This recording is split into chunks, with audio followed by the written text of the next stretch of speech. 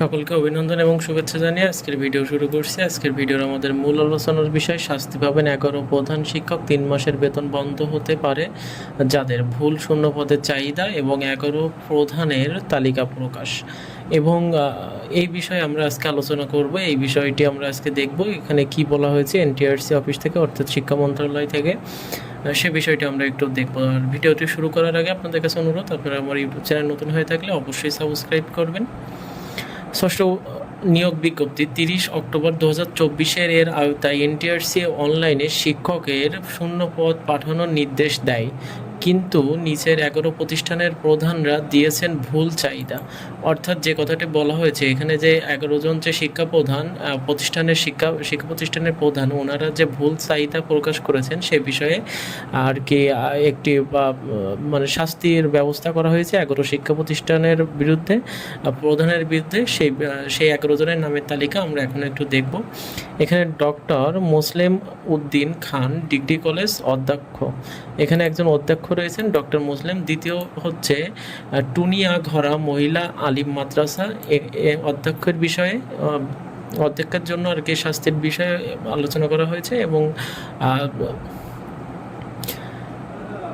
Sirajnagar Munsur Ali pilot model উচ্চ বিদ্যালয়।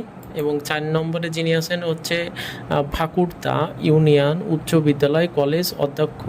এবং 5 নম্বরে আছেন হচ্ছে জগির উদ্দিন উচ্চ বিদ্যালয় প্রধান শিক্ষক। এবং 6 নম্বরে আছে ফুলিয়া দিগর দাখিল মাদ্রাসা। আর 7 নম্বরে আছে গোয়ালন্দ প্রপার হাই স্কুল প্রধান শিক্ষক। এবং 8 নম্বরে আছেন দুর্বাডাঙ্গা বাটবিলা দারুল সুন্নাহ দাখিল মাদ্রাসা। এবং 9 নম্বরে আছেন জমশেদ আলী আদর্শ উচ্চ বিদ্যালয়। 10 নম্বরে আছেন আমগেরাম উচ্চ বিদ্যালয় প্রধান শিক্ষক। এবং 11 নম্বরে আছেন খালাসপীর দারুল হুদা ফাজিল মাদ্রাসা।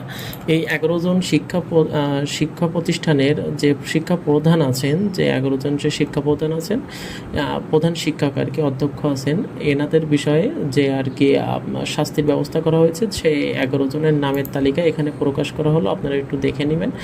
আর এনাদের মূল যে বিষয়টা ছিল সেটা হচ্ছে যে শূন্য পদের যে তালিকা চাওয়া হয়েছিল প্রতিষ্ঠানের পক্ষ থেকে, এই 11টি প্রতিষ্ঠান প্রধান শিক্ষক এনারা ভুল শূন্য পদের তালিকা প্রকাশ করেছিলেন বা চাহিদা দিয়েছিলেন, যে কারণে হচ্ছে এনাদের আর কি শাস্তির আওতায় আনা হতে পারে। এবং যে আবারও এমনও হতে পারে যে 3 মাসের যে বেতন, সেই বেতনটা আর কি বন্ধ হয়ে যেতে পারে।